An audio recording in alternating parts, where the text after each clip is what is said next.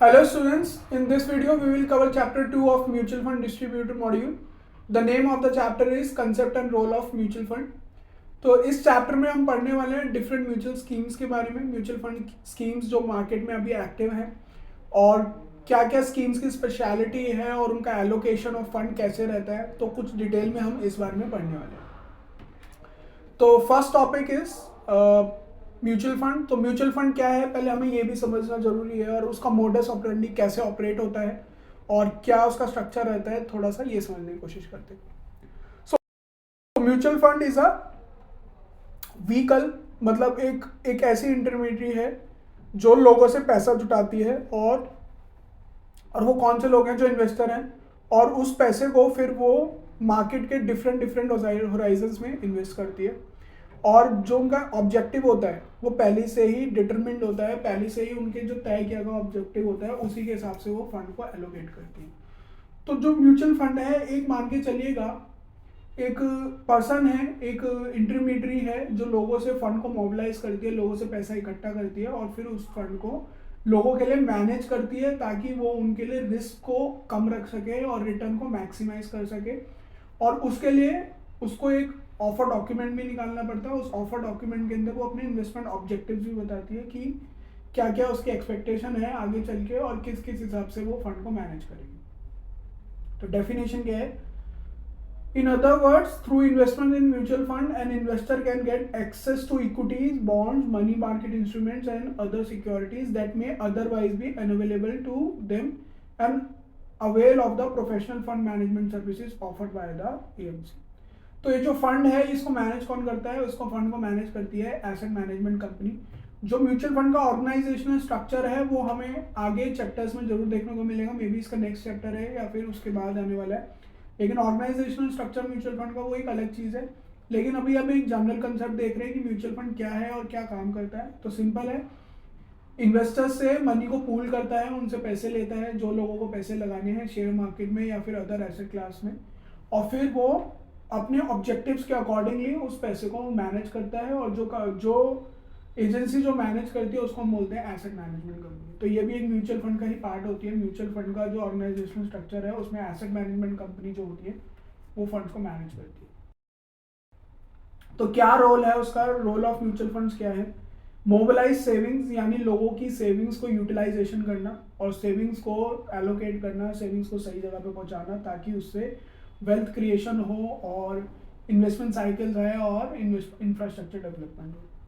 Protection to small investors, ऐसे लोग जिनको शेयर मार्केट के बारे में नहीं पता या फिर किसी और एसेट क्लास के बारे में आइडिया कम है, और मान के चलिएगा कुछ ऐसे भी होंगे जिनको पढ़ना नहीं आता होगा या फिर जो फाइनेंशियली इलिटरेट होते होंगे, तो उनको वो प्रोटेक्शन प्रोवाइड कराता है. डाइवर्सिफिकेशन, क्योंकि इनके पास जो फंड होता है वो सीआर, 100 ऑफ सीआर्स में होता है, 1000 ऑफ सीआर्स में होता है. तो इनके साथ ऐसा तो है नहीं कि अगर वो 5000 रुपये की मंथली सेविंग्स कोई दे रहा है तो वो रियल एस्टेट में नहीं लगाते. इनको तो बहुत सारे लोग मंथली सेविंग्स देते हैं, तो इस हिसाब से जो इनका फंड होता है वो 100 और 1000 सीआर्स में होता है. तो ये पोर्टफोलियो का अच्छे से डाइवर्सिफाई कर सकते हैं. फैसिलिटेटिंग इन्फ्यूजन ऑफ कैपिटल, जो पैसा इनको इन्वेस्टर से मिलता है वो दोबारा कंपनीज में ही डाल देते हैं, तो इन्फ्यूजन ऑफ कैपिटल हो जाता है. इन्फ्यूजन ऑफ कैपिटल मतलब दोबारा कैपिटल को डिप्लॉय करना बिजनेस के अंदर. कभी कभी ये जो पैसा है ये फ्रेश कैपिटल की फॉर्म में भी दिया जाता है बिजनेसेस को. मान के चलेगा रिलायंस इंडस्ट्रीज है और रिलायंस इंडस्ट्रीज को एक्सपेंशन के लिए फंड की जरूरत है, तो वो डायरेक्ट म्यूचुअल फंड को कांटेक्ट करके उनसे वो फंड ले सकते हैं और उसके बदले में उनको शेयर्स इशू हो जाएंगे. तो इसका मतलब क्या होगा? Facilitating infusion of capital. और उससे क्या होगा? एम्प्लॉयमेंट जनरेशन होगा और जीडीपी ग्रोथ होगी, वेल्थ क्रिएशन होगी, ये सारी चीज़ें होगी. Then liquidity. लिक्विडिटी मतलब ईजी बाइंग एंड सेलिंग, क्योंकि investors, number of investors are very high, very huge number of investor, therefore the liquidity is always available in mutual funds. तो investment objective of mutual fund क्या है? तो किस objective से mutual fund काम करते हैं एक बार ये भी समझ लेते हैं. तो every scheme has a pre announce investment objective. तो जब भी एक ऑफर डॉक्यूमेंट होता है जिसको आप ब्रोशर बोल लीजिए, तो उस ऑफर डॉक्यूमेंट में इनके इन्वेस्टमेंट ऑब्जेक्टिव ऑलरेडी मेंशन होते हैं. जब भी आप पैसा लगाने जाएंगे किसी म्यूचुअल फंड में तो वहाँ पे ऑफर डॉक्यूमेंट में आपको इन्वेस्टमेंट ऑब्जेक्टिव क्लियरली मेंशन होते हैं कि किस ऑब्जेक्टिव से वो फंड को एलोकेट करेंगे और कैसे उसका मैनेजमेंट होगा. The money mobilize from the investor is is invested by the mutual fund scheme in a portfolio of security as per the stated investment objective. तो ऑब्जेक्टिव के अकॉर्डिंगली ही सारा फंड जो है वो मैनेज होता है।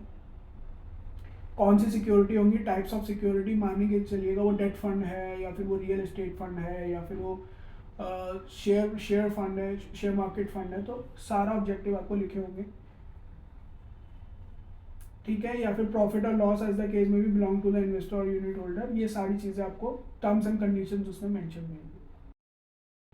फिर important concept of mutual fund, कुछ इंपॉर्टेंट टर्म्स हैं जो आपको म्यूचुअल फंड में सुनने को मिलते हैं। यूनिट्स, तो जैसे हम जब शेयर मार्केट में शेयर्स को बाय करते हैं तो हम क्या बनते हैं, शेयर होल्डर बनते हैं और हमें शेयर्स मिलते हैं। जब हम पैसा शेयर मार्केट में इन्वेस्ट करते हैं तो हमें शेयर्स मिलता है।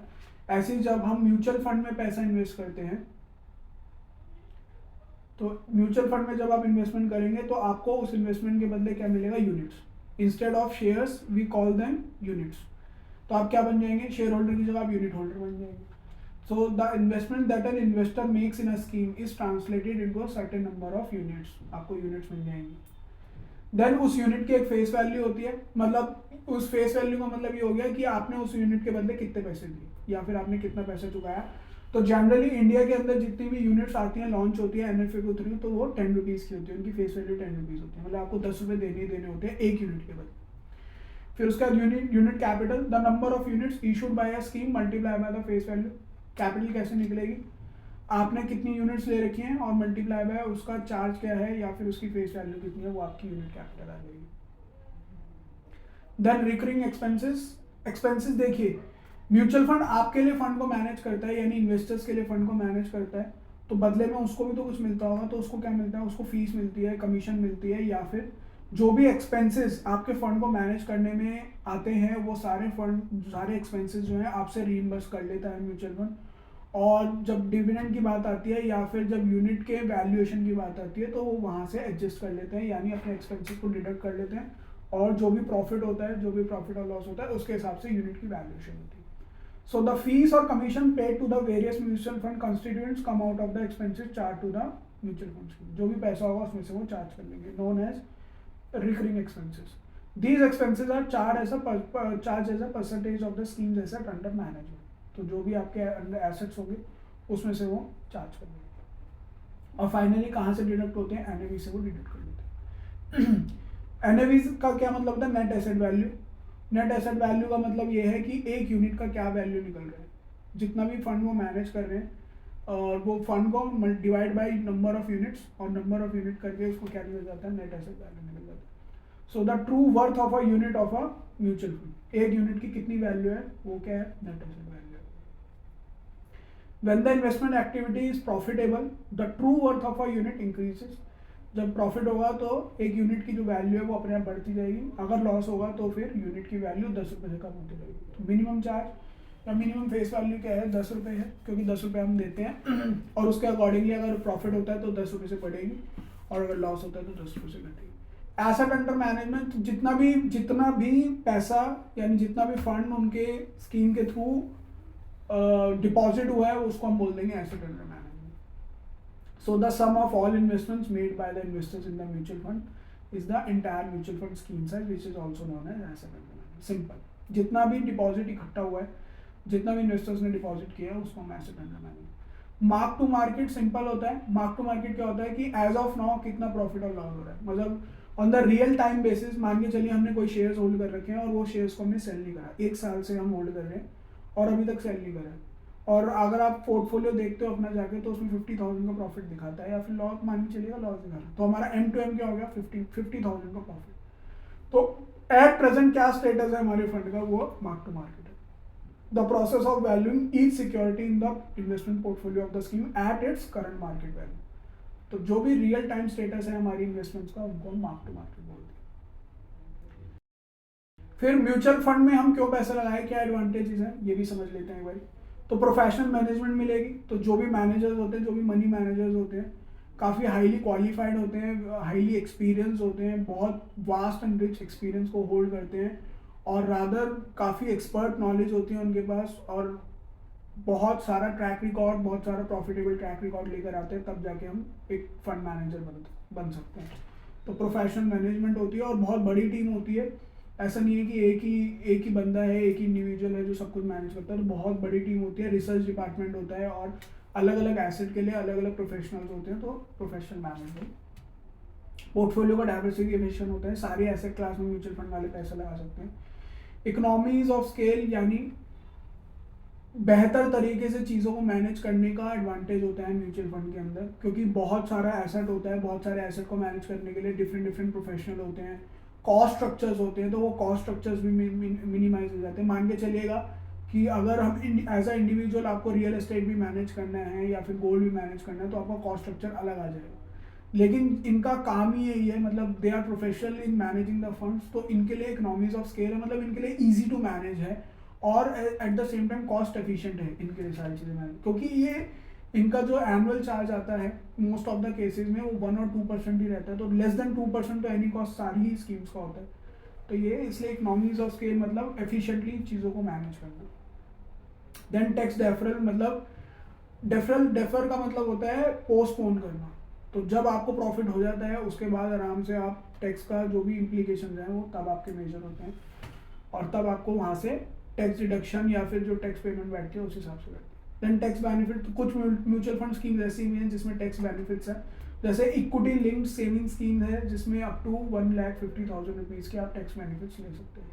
लिक्विडिटी हम डिस्कस कर चुके हैं। Convenient option, easy to use है, ऑनलाइन अवेलेबल है, इजी कन्वर्जन है, आप इसको कैश में इजीली कन्वर्ट करा सकते हो, तो very convenient. Then regulatory comfort, SEBI इनको कंट्रोल करता है, सेबी करता है, किसी किसी केसेस में आरबीआई भी करता है, तो रेगुलेटरी कंट्रोल है यहाँ पे। ऐसा नहीं है कि आपके साथ कुछ गलत हो सकता है या फिर यहाँ पे ये पैसा लेके भाग जाएंगे, तो दिस इज़ नॉट पॉसिबल। उसके बाद कुछ नुकसान भी हैं, हर चीज़ के फ़ायदे नुकसान होते हैं, तो नुकसान इतने नहीं है और अदर इतने इंपॉर्टेंट नहीं है। तो lack of portfolio, lack of portfolio में क्या होता है कि जनरली कभी कभी क्या होता है, जो स्कीम होती है वो काफ़ी डायनामिक स्कीम होती है, तो जो एक फोकस होना चाहिए, they actually lack the focus. Focus क्या होता है, कभी कभी क्या होता है, एक सेक्टर रिलेटेड न्यूज़ होती है, सेक्टर स्पेसिफिक न्यूज़ होती है, जैसे आपने देखा होगा अभी रेलवेज के बारे में, railway sector is very positive, government is very bullish on railway sector, government नए नए प्रोजेक्ट्स लेकर आ रही है, नई नई ट्रेन्स लॉन्च हो रही है, तो जितने भी रेलवे से रिलेटेड स्टॉक्स हैं और रेलवे से रिलेटेड कंपनीज हैं वहाँ पे एक अच्छा बुल रन देखने को मिल रहा है। तो इनके साथ म्यूचुअल फंड में क्या होता है, they follow diversification like anything, तो they strongly believe diversification is very supreme. तो कभी कभी क्या होता है, जो रिटर्न्स आने चाहिए, जो आउट परफॉर्मेंस का एज अ इंडिविजुअल आप कर सकते हो, वो म्यूचुअल फंड में नहीं मिलती। चॉइस ओवरलोड, आपकी कोई से नहीं है, जो भी मनी मैनेजर्स या जो भी मैनेजमेंट चाहेगी वही आपको एक्सेप्ट करना पड़ेगा, तो आपकी कोई से नहीं है। नो गारंटेड रिटर्न्स, कोई भी म्यूचुअल फंड गारंटेड रिटर्न्स नहीं देता है, और एज अ डिस्ट्रीब्यूटर आपको भी कभी ये वर्ड यूज़ नहीं करना है that you are promising that much return. आपको हमेशा हिस्टोरिकल ट्रैक रिकॉर्ड की बात करनी है कि हिस्टोरिकल यू हैव या your fund has achieve 15% return over a year, तो going on the same lines ahead 15% return तो एक्सपेक्टेड है। Then no control over cost, although ये पार्ट प्रैक्टिकली तो एप्लीकेबल नहीं होता है, 1 और 2% का कॉस्ट तो रहता है, इससे ज़्यादा नहीं आता है, क्योंकि फिर इससे ज़्यादा इन्वेस्टर भी एक्सेप्ट नहीं करता, तो इसलिए फिर इससे ज़्यादा कॉस्ट नहीं आती। Then how to classify the mutual funds, क्या क्लासिफिकेशन होती है उनकी, क्या क्या कैटेगरीज होती है, तो we are now moving into categories. तो on the basis of structure, मतलब वो कैसा स्ट्रक्चर उनका बनाया जाता है, तो ओपन एंडेड फंड्स होते हैं, कुछ ओपन एंडेड फंड्स जो होते हैं उनके अंदर कोई आप इजीली एंट्री भी कर सकते हो, इजीली एग्जिट भी कर सकते हो, उस फंड का, उस स्कीम का कोई टाइम पीरियड नहीं होता है, और ये ऑल टाइम होती है, ऑलवेज होती है, और 10-10 साल, 15-15, 20-20, 25-30 साल तक ये चलती रहती है। तो ओपन एंडेड फंड्स के अंदर आप किसी भी टाइम में एग्जिट कर सकते हो, किसी भी टाइम एंट्री कर सकते हो, जो भी उस टाइम पे एनएवी चल रही होगी, जो भी यूनिट वैल्यू चल रही होगी, उस हिसाब से आपको या तो उसको परचेज करना पड़ेगा, या फिर आपको उसको जब आप सेल करने जाएंगे तो आपको जो रिसीव होगा वो उसी हिसाब से अमाउंट रिसीव होगा। देन इंटरवल फंड यानी जो एक पर्टिकुलर टाइम फ्रेम के लिए बनाए जाते हैं, जैसे 5 साल के लिए एक फंड बनाया, 10 साल के लिए एक फंड बनाया विद स्पेसिफिक ऑब्जेक्टिव, ऐसे भी फंड होते हैं। तो ओपन एंडेड और क्लोज एंडेड फंड दोनों के अंदर होता है। तो क्लोज एंडेड पहले एक बार ये भी समझ लेते हैं, तो फंड विद फिक्स मैच्योरिटी, मतलब 5-10 साल का, और investors can by unit only eight the time of NO for launch. यहाँ पे NFO लॉन्च मिसिंग है, NFO लॉन्च यहाँ पे हम लिख लेंगे, can by unit eight the time of NFO launch. ये जो फंड होते हैं ये आप इसके अंदर आराम से एंट्री नहीं कर सकते हो क्योंकि क्लोज एंडेड होते हैं, और जब ये स्कीम का ऑफर निकलता है, स्कीम का ऑफर डॉक्यूमेंट आता है, तभी आपको इसके अंदर सब्सक्रिप्शन करनी होती है, just like IPO। It works just like an IPO के मोडस ऑपरेंडी पे ही ये चलता है। On the basis of management style कैसे मैनेज किए जाते हैं, तो एक्टिवली मैनेज फंड्स होते हैं जो फिर डायरेक्ट शेयर स्टॉक मार्केट में डायरेक्ट उन्होंने इन्वेस्टमेंट्स की हुई होती है, और इसके अंदर डायनामिक फंड्स होते हैं, मतलब जो सी कंपनी है जो सेक्टर अच्छा कर रहा होता है उसके हिसाब से जो पैसा है वैसे ही चैनलाइज होता है, जो फंड है वैसे ही मूव करता है। जैसे फिर मैं वही कहूँगा, मान के चलिए एक सेक्टर बहुत बूम पे जा रहा था तो जो फंड है वो वहाँ से उधर शिफ्ट हो जाएगा, और बाकी जितने भी फंड हैं वो वहाँ से जो भी सेक्टर बूम करेगा वहाँ पे शिफ्ट हो जाएगा। तो एक्टिवली मैनेज फंड्स के अंदर प्रॉब्लम क्या होती है, उनकी कॉस्ट बहुत ज़्यादा आती है, क्योंकि जब आप कोई भी होल्डिंग को सेल करते हो तो उसका कॉस्ट आता है, उसकी ब्रोकरेज आती है, प्लस कस्टोडियन चार्जेस जाते हैं। जब आप नई चीज़ को बाय करोगे उसको कस्टडी में देना पड़ता है, तो कस्टोडियन के चार्ज भी देने पड़ते हैं, तो बाइंग और सेलिंग में ब्रोकरेज होती है। इसके लिए एक्टिवली मैनेज फंड्स होंगे वो हमेशा एक्सपेंसिव होते हैं, लेकिन हाँ in comparison to passive funds वहाँ पे रिटर्न ज़्यादा आने की गुंजाइश हमेशा रहती है। क्यों? क्योंकि वो अपने पोर्टफोलियो को शफल करते रहते हैं, तो कॉस्ट ऑफ द मैनेजमेंट यहाँ पे ज़्यादा रहता है, ध्यान रखिए। देन पैसिव फंड्स के अंदर शफलिंग नहीं होती है, पोर्टफोलियो शफलिंग नहीं होती है, जो भी सिक्योरिटीज़ हैं या फिर जो भी शेयर्स हैं वो एक बार ही सोच समझ के केयरफुल एनालिसिस के बाद वहाँ पे इन्वेस्टमेंट किया जाता है, और एक स्पेसिफिक टाइम पीरियड के लिए ये पैसिव फंड्स ज़्यादा होते हैं। वैसे जैसे आप क्लोज एंडेड स्कीम देखेंगे तो उनको जैसे एक फंड को समझ आ रहा है कि आने वाले टाइम में पावर का, ग्रीन एनर्जी का या फिर सोलार का बहुत बढ़िया स्कोप रहेगा, तो वो एक फंड बनाएंगे 5 साल के लिए, वो फंड वहाँ पे पैसा इन्वेस्ट कर देगा, तो ये इस तरीके का पैसिव फंड होगा। ठीक है, तो based on a specific index एक सोलार मतलब पावर फंड हो गया, या फिर मान के चलिएगा एक इंडेक्स को रेप्लिकेट कर रहा है तो वो इंडेक्स में पैसा लगाते हैं, तो इस तरीके not design to perform better than the market. तो जो भी मार्केट उस केस के अंदर 5 साल के अंदर अगर मार्केट ने 20% का रिटर्न दिया तो वो भी 20% का रिटर्न देगा, क्योंकि वहाँ पे शफलिंग होनी ही नहीं है, पोर्टफोलियो को मूव करना नहीं है, और रेप्लिकेशन है वहाँ पे। और उसके बाद फंड मैनेजर में अपना दिमाग नहीं लगाता, तो एक बार at the time of drafting the scheme वहाँ पे वो दिमाग लगाएंगे कि अभी हमें ये करना है, और अगले 5 साल तक फिर वो सोच विचार नहीं करते। Then we have exchange traded fund, और ये काफ़ी लुक्रेटिव चीज़ है एक्सचेंज ट्रेडेड फंड। ये होता क्या है, एक इंडेक्स सेलेक्ट कर लेते हैं, मार्केट का एक इंडेक्स होता है स्टॉक इंडेक्स, और स्टॉक इंडेक्स को रेप्लिकेट करके जिस रेशो के अंदर उस इंडेक्स के अंदर कंपनीज होती हैं उसी रेशो के हिसाब से वो आपका फंड जो है वो एलोकेट कर देते हैं। फॉर एग्जाम्पल अगर आप निफ्टी 50 की बात करें, so Nifty 50 is a index on National Stock Exchange या फिर NSE पे, इसमें इंडिया की बेस्ट परफॉर्मिंग 50 कंपनीज है। तो ETF क्या करेगा, तो जितनी भी निफ्टी 50 की कंपनीज होंगी ना उसमें ही पैसा लगा देगा, और उसी रेशो के अंदर जिसमें 50 कंपनीज वो करती होंगी, एग्जिस्ट करती होंगी इन द सेम रेशो। जिस रेशो के अंदर ये कंपनीज एग्जिस्ट करती होंगी निफ्टी 50 में, उसी रेशो में उसी हिसाब से पैसा लगा देगा। तो मान के चलिएगा अगर निफ्टी 50 की कंपनीज में जो वैल्यूएशन है वो 1 लाख करोड़ रुपीज़ की है, अब मान के चलिए ETF के अंदर जो फंड है वो 10,000 करोड़ का है, तो उसी रेशो के अंदर वो 10,000 करोड़ को लगाएगा जिस रेशो के अंदर 1 लाख करोड़ निफ्टी 50 की कंपनी में लगाएगा। और ये जो एक्सचेंज ट्रेडेड फंड होते हैं ये हमेशा एज अ शेयर आप इनमें ट्रेड कर सकते हो, they are tradable as a share, इसलिए इसको बोला गया है एक्सचेंज माने स्टॉक एक्सचेंज, ट्रेडेड माने बाय एंड सेल, और फंड माने म्यूचुअल फंड। तो एक ऐसा म्यूचुअल फंड जो स्टॉक एक्सचेंज पे आप खरीद और बेच सकते हो, और काफ़ी इसकी जो एक्सपेंस रेशो रहती है वो जनरली 0.5% से नीचे रहती है, और मोस्ट प्रोबेबली आपको सारे ETF 0.3% के आसपास मिलेंगे। तो सबसे cheapest form of mutual fund है, सबसे चीपेस्ट। क्यों? क्योंकि इसमें ब्रोकरेजेस आपको देनी है, म्यूचुअल फंड वालों को ब्रोकरेजेस देनी नहीं है, आपके एंड पे ब्रोकरेजेस लगती हैं इसके अंदर। और दूसरी बात, इसके अंदर जो फंड मैनेजर हैं उनकी कॉस्ट नहीं होती, इसमें कोई मैनेजमेंट नहीं होती, तो इन्होंने बस रेप्लिकेशन कर दिया, और इसी कारण की वजह से यहाँ पे आउट परफॉर्मेंस नहीं होती। तो निफ्टी 50 मान के चलिए अगर अगले साल तक 15% बढ़ेगा तो आपका जो फंड है वो भी 15% से बढ़ेगा एग्जैक्ट। तो इसमें रेप्लिकेशन ऑफ एन इंडेक्स होता है, बस सिंपल इसका मतलब यही है, रेप्लिकेशन ऑफ एन इंडेक्स। अच्छा, उसके बाद आप इसको कैसे कर सकते हो, बाय इन्वेस्टमेंट यूनिवर्स, कैसे इसको फर्दर बाइफर्केट कर सकते हो म्यूचुअल फंड स्कीम्स को।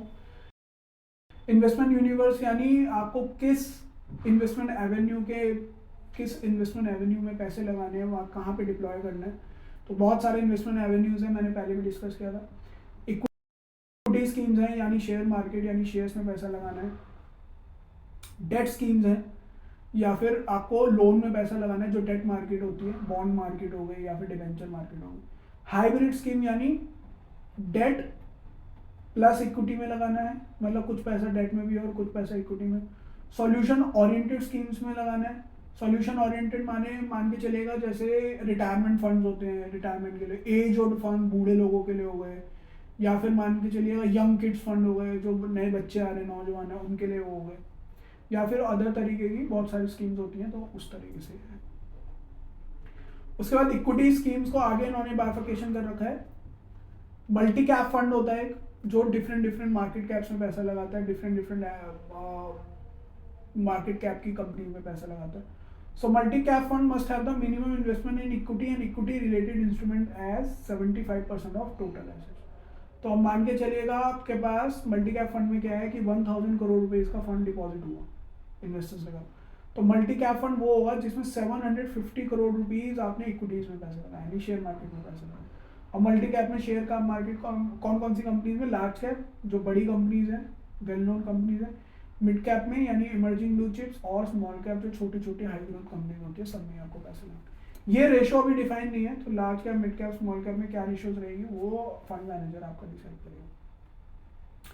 Then we have large cap fund जो सिर्फ लार्ज कैप में ही पैसे लगाएगा, और इसमें 80% ऑफ टोटल एसेट आपका लार्ज कैप में होना चाहिए, ध्यान रखना।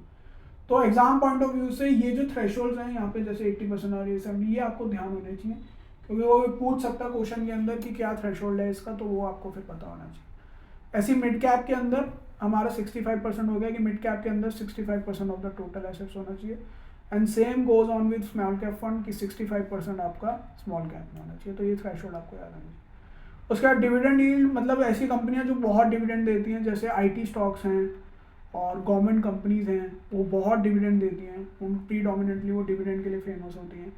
तो ऐसी कंपनीज में पैसा लगाओ जिसमें आपको डिविडेंड है, क्योंकि डिविडेंड से रेगुलर इनकम होती है। मान के चलिए समबडी से सिटिंग एट 60 ईयर्स ओल्ड, तो उसको अपनी दवाइयों के लिए, अपने खर्चा चलाने के लिए कुछ रेगुलर इनकम चाहिए होती है, तो डिविडेंड के थ्रू आपको वो रेगुलर इनकम हो सकती है।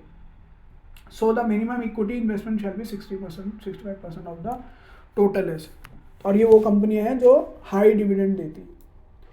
फिर वैल्यू फंड और कॉन्ट्रा फंड, ये भी क्या होता है, वैल्यू हाई वैल्यू कंपनीज होती हैं, हाई ग्रोथ कंपनीज होती हैं, आपको वहाँ पे पैसा लगाना होता है। अगेन इसके अंदर मोस्ट कंपनीज कौन सी होती है, स्मॉल कैप या मिड कैप कैटेगरी की होती हैं, तो उनको वैल्यू फंड बोला जाता है। A value fund is an equity scheme following a value investment strategy, जहाँ पे हाई वैल्यू मतलब बहुत चीप मिल रही हो। मान के चलिए किसी की बुक वैल्यू 100 रुपीज़ की है और वो मिल रही है 70 रुपीज़ पे, 60 रुपीज़ पे, तो जहाँ पे आई वुड से कि जहाँ पे इन्वेस्टमेंट वैल्यूज हों, मतलब सस्ती चीज़ें मिल रही हो, सस्ते स्टॉक्स हों, अंडर वैल्यूड स्टॉक्स हो जिनको आप अंडर वैल्यूड बोलते हो, तो अंडर वैल्यूड कंपनीज में इन्वेस्टमेंट करने में अगेन यहाँ पे भी 65% ऑफ द टोटल एसेट है। उसके बाद Contra fund is a scheme when following a contrarian investment strategy. Contrarian investment strategy की होती है जब नेगेटिव इकोनॉमिक साइकिल चल रही हो, व्हेन मार्केट्स आर फॉलोइंग, जब सेक्टर गिर रहे हो, मतलब सेक्टर में बैड न्यूज़ चल रही हो, खराब न्यूज़, स्टॉक्स गिर रहे हो, स्टॉक मार्केट नीचे गिर रही हो, तब जाके कॉन्ट्रेरियन फंड जो है वो तब बाय करता है। उनकी आदत क्या होती है, कॉन्ट्रेरियन मतलब अपोजिट, उल्टा करना। तो जब मार्केट गिर रही है वो बाय करेगा, और जब मार्केट उठ रही है वो सेल करेगा। और वैल्यू वाला क्या होता है, वैल्यू के एक्चुअली वैल्यू है अंडर वैल्यूड स्टॉक्स को आइडेंटिफाई करके उसमें पैसा लगाना।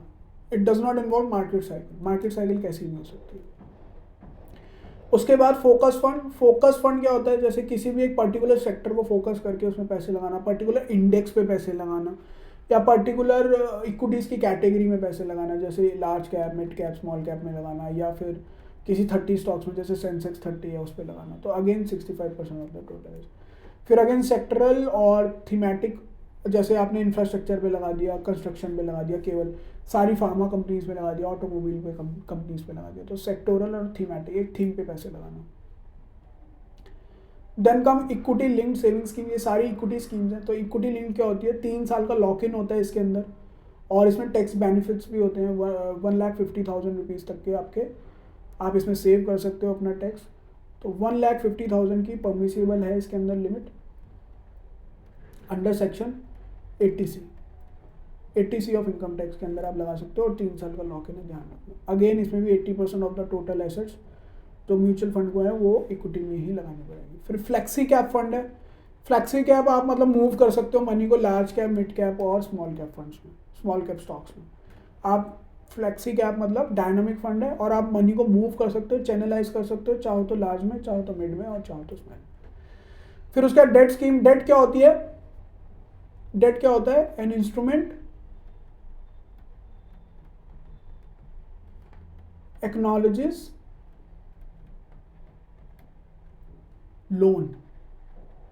मतलब मान के चलो लोन आप केवल बैंक से नहीं लेते हो, कभी कभी ये जो कंपनी है वो इंडिविजुअल से भी लोन ले लेती है, म्यूचुअल फंड से भी लोन ले लेती हैं।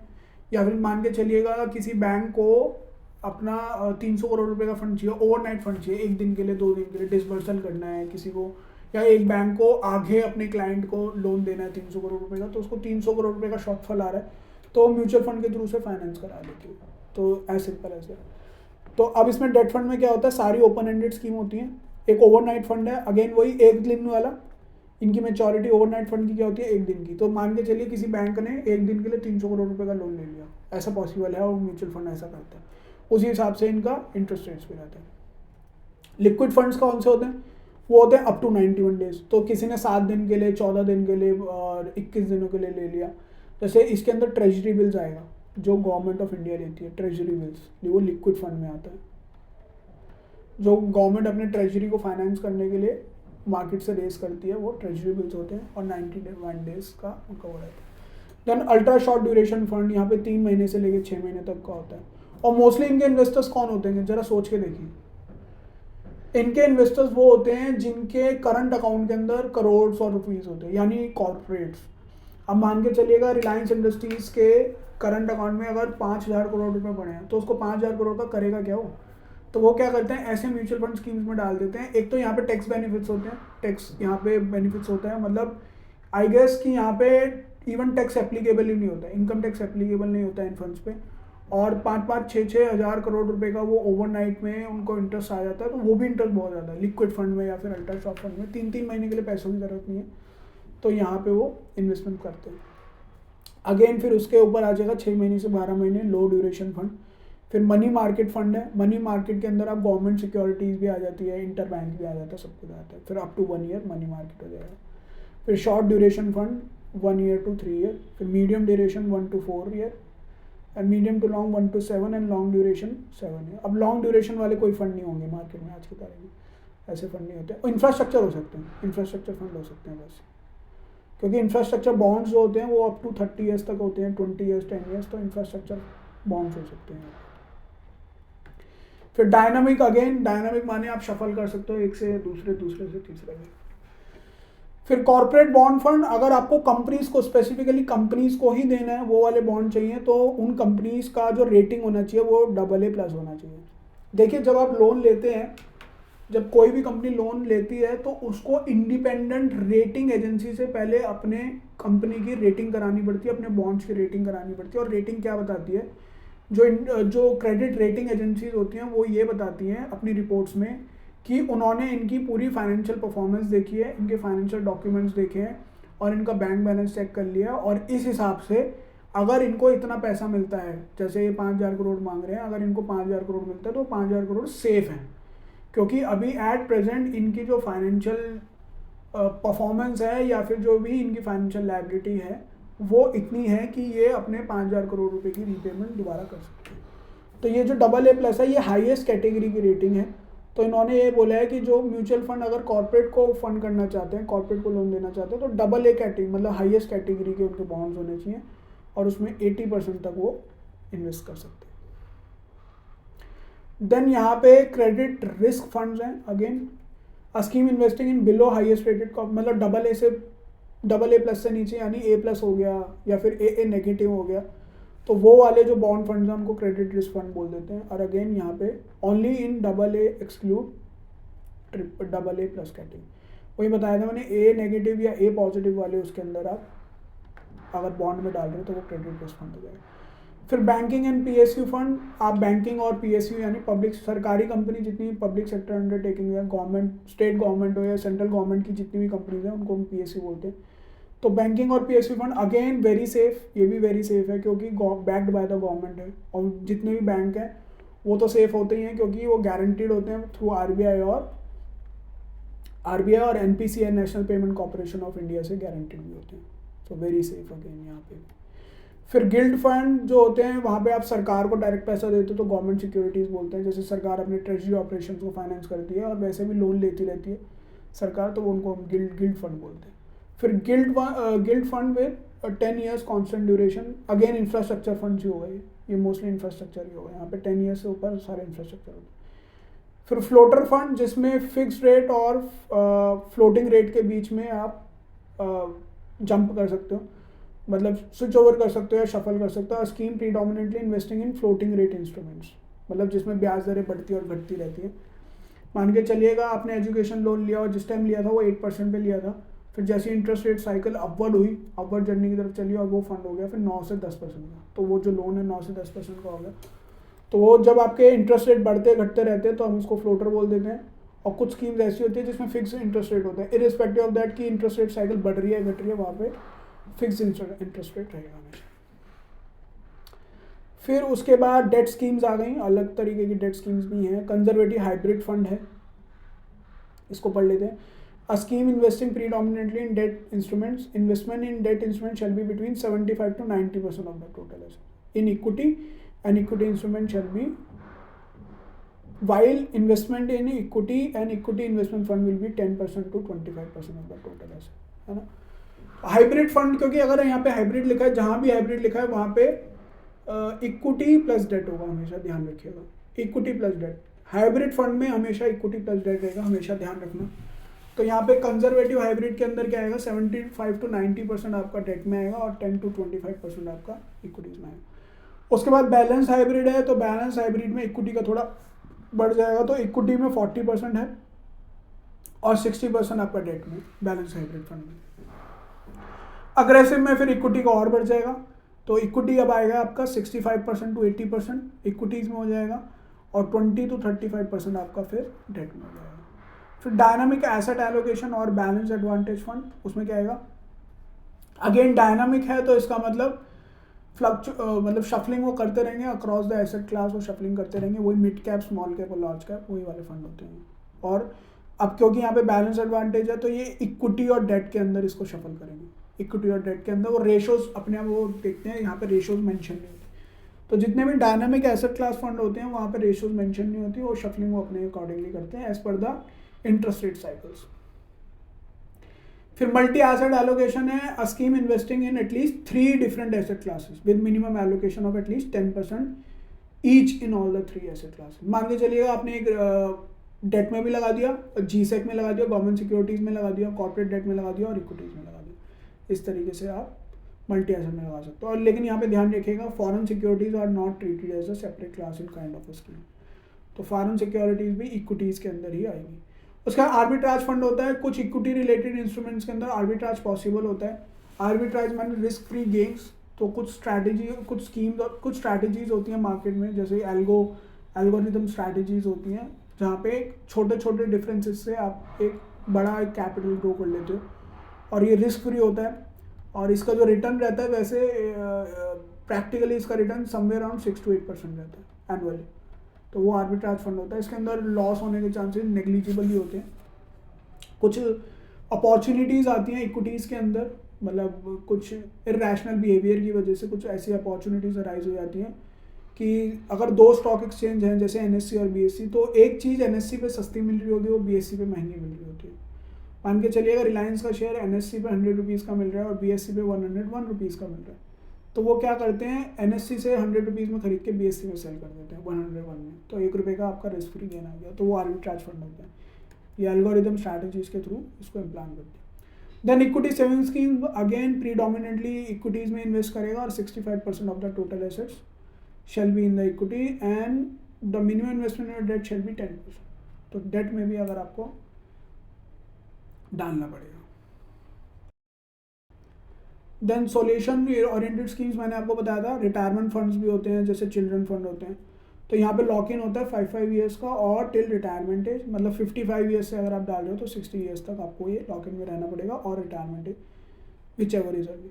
देन चिल्ड्रन फंड में भी आपको एटलीस्ट 5 ईयर्स या फिर till the age of majority यानी 18 साल तक की उम्र में to fund the higher education, basically to fund the higher education या फिर मैरिज के लिए आप इसको चिल्ड्रन फंड को यूज़ कर सकते हो. अदर स्कीम में ETF हमने डिस्कस कर लिया, मतलब ETF होते हैं. फिर ओवरसीज और डोमेस्टिक फंड ऑफ फंड, मतलब मान के चलिएगा US की कोई कंपनी है, कोई म्यूचुअल फंड है, आप उसके म्यूचुअल फंड में भी हमारा म्यूचुअल फंड पैसे लगा सकते हैं. मतलब आपने हमारे इंडियन म्यूचुअल फंड को पैसा दिया, SBI म्यूचुअल फंड को पैसा दिया, तो SBI ने जाके US के किसी म्यूचुअल फंड की स्कीम्स खरीद ली, तो फंड ऑफ फंड उसको बोलते हैं. ओवरसीज भी हो सकता है, डोमेस्टिक भी हो सकता है. 95% ऑफ द टोटल है. देन फिक्स मैच्योरिटी प्लान्स, 5 साल का म्यूचुअल फंड है, 6 साल का म्यूचुअल फंड है और ये क्लोज एंडेड होते हैं, हम डिस्कस कर चुके हैं ऑलरेडी. ठीक है, इसके अंदर आप एंट्री नहीं ले सकते हो, एक ही बार इसके अंदर एंट्री होती है. देन कैपिटल प्रोटेक्शन फंड है. तो capital protection fund will be hybrid fund, again close ended hybrid fund होता है इसके अंदर, यानी बीच में आप नहीं घुस सकते, एक ही बार घुसोगे NFO के टाइम, जब न्यू फंड ऑफर आएगा उसी के टाइम. और ये इक्विटीज़ में भी पैसे लगाएगा और डेरिवेटिव में, इक्विटी डेरिवेटिव मार्केट में पैसे लगाएगा. अच्छा, ये एक्चुअली क्या है मैं इसको बता देता हूँ. मान के चलिएगा कि 100 रुपीज़ अगर एक फ़ंड के पास हैं तो वो क्या करेगा, 90 रुपीज़ तो वो लगा देगा डेट में, 90 रुपीज़ डेट में लगा लेगा. और मान के चलिए उसने लगाया 11% ब्याज पे पैसा, मतलब उसने किसी भी डेट स्कीम में लगाया जिसमें उसको 11% का प्रॉफिट आएगा, तो ये 99 हो जाएगा, है ना. आपका प्रिंसिपल के बराबर ही आ गया क्योंकि आपने प्रिंसिपल 100 दिया था. अब क्योंकि लगाया 90, 10 रुपये आपके पास बचा, तो 10 रुपये आप क्या लगाओगे डेरिवेटिव मार्केट में. तो डेरिवेटिव कौन सी होती है, हाईली लिवरेज मार्केट जो होती है, इक्विटी मार्केट ही होती है एक्चुअली में. तो डेरिवेटिव इंस्ट्रूमेंट्स होते हैं, equity derivative instrument, futures and option. तो 10 रुपये को फ्यूचर एंड ऑप्शन में लगाया जिससे आपको वो रिटर्न बढ़ाने की कोशिश करेगा, क्योंकि यहाँ से आपको आपका प्रिंसिपल तो मिल गया, अब रिटर्न भी तो कमाना है, तो रिटर्न वो 10 रुपये से कमाता है, केवल 10% का, है. तो क्या कह रहा है, the portfolio structure such that a portion of the principal amount is invested in the debt instrument so that it grows to the principal amount over the term of the fund, है ना. तो 100 रुपये में वो convert हो जाएगा, लेकिन बचे हुए 10 रुपये जो है वो डेरिवेटिव मार्केट में लगा देगा. फिर infrastructure debt fund to finance या फिर to fund the infrastructure companies या इन इंफ्रास्ट्रक्चर डेवलपमेंट, है ना. ऐसे कमर्शियल बैंक हो गए या NBFC हो गए, जो भी होगा वो सारा वहीं पे जाएगा. Then real estate mutual funds हैं जो रियल एस्टेट स्कीम्स में पैसा लगाते हैं. और रियल एस्टेट देखिए 2 तरीके के होते हैं, जो रियल एस्टेट कंपनीज में लगाते हैं और दूसरे होते हैं जो रियल एस्टेट स्कीम्स में लगाते हैं. दोनों पढ़ लेते हैं. द स्कीम इन्वेस्ट डायरेक्टली और indirectly in real estate assets और other permissible companies. SEBI's regulation require that at least 35% of the portfolio should be held in the physical asset. यानी फिजिकल एसेट का मतलब ये हो गया कि या तो आप कमर्शियल प्लॉट्स में लगा रहे हो या फिर रेजिडेंशियल प्लॉट्स में लगा रहे हो. फिर not less than 75% of the net asset of the scheme shell be in the real estate assets या फिर mortgage back securities, but not directly in mortgages. तो मॉर्गेज बैक सिक्योरिटीज क्या होती हैं यहाँ पे ये समझ लेते हैं. मान के चलिए बैंक ने लोन दिया मिस्टर ए को, ठीक है. अब मिस्टर ए ने अपना घर गिरवी रखवा दिया होगा, प्रॉपर्टी लोन लिया उन्होंने, और यहाँ पे उन्होंने हाउस मॉर्गेज कर दिया, अपना हाउस मॉर्गेज कर दिया, प्लस वो EMI भी देंगे, हाउस की EMI भी देंगे. तो बैंक ने जो लोन दिया वो दिया 1 CR. तो बैंक की कैपिटल में से 1 CR कम हो गया. तो बैंक कह रहा है मेरे को, एक तो मेरे पास तो काम सेफ है, रिस्क तो है नहीं क्योंकि हाउस भी मॉर्गेज में पड़े, प्लस मेरे को रेगुलर इनकम भी आ रही है, EMI भी दे रहा है, लेकिन मेरी कैपिटल में से 1 करोड़ कम हो गया. तो मैं एक काम करता हूँ, मैं म्यूचुअल फंड से 1 CR ले लेता हूँ दोबारा. मैं म्यूचुअल फंड से 1 CR की फंडिंग दोबारा ले देता हूँ, और जो EMI मुझे मिस्टर ए दे रहे हैं वो मैं यहाँ दे दूँगा, और प्लस सेफ्टी तो है ही क्योंकि मेरे पास उसका घर गिरवी पड़ा है. तो ये क्या होती है, मॉर्गेज बैक सिक्योरिटीज। तो ये क्या कह रहा है कि म्यूचुअल फंड ऐसे सिक्योरिटी में पैसा लगा सकता है, बैंक को फंड कर सकता है, इनडायरेक्टली फिजिकल एसेट्स वो होल्ड कर सकता है, लेकिन डायरेक्टली वो ऐसे पैसे नहीं लगाएगा, इसका मतलब होता है ये। अच्छा, इक्विटी शेयर्स में लगा सकता है, debentures of companies engage in dealing in real estate assets और in undertaking real estate development projects, वो ये काम कर सकता है। Assets held by the fund will be valued every 90 days by 2 valuers accredited by a credit rating agencies. अब ऐसे real estate assets आप होल्ड करोगे तो रियल एस्टेट में भी फ्लक्चुएशन, प्राइस में फ्लक्चुएशन बहुत आती है, तो हर 90 days में आपकी वैल्यूएशन होगी, और वो कौन करेगा, 2 इंडिपेंडेंट वैल्यूअर्स करेंगे जिनको रियल एस्टेट वैल्यूएशन की नॉलेज होगी। ठीक है, these funds are close ended funds and have to be listed on a stock exchange. ये आपको स्टॉक एक्सचेंज पे लिस्ट भी कराने पड़ेंगे compulsorily. Then REITs, real estate investment trust. देखिए ये वो ट्रस्ट होते हैं, they are just like a mutual fund but not mutual fund per se, so their modus operandi is more और लाइक म्यूचुअल फंड ऑनली। तो ये investor से fund raise करते हैं और उसके बाद फिर रियल एस्टेट एसेट्स में ही डायरेक्ट पैसा लगाते हैं।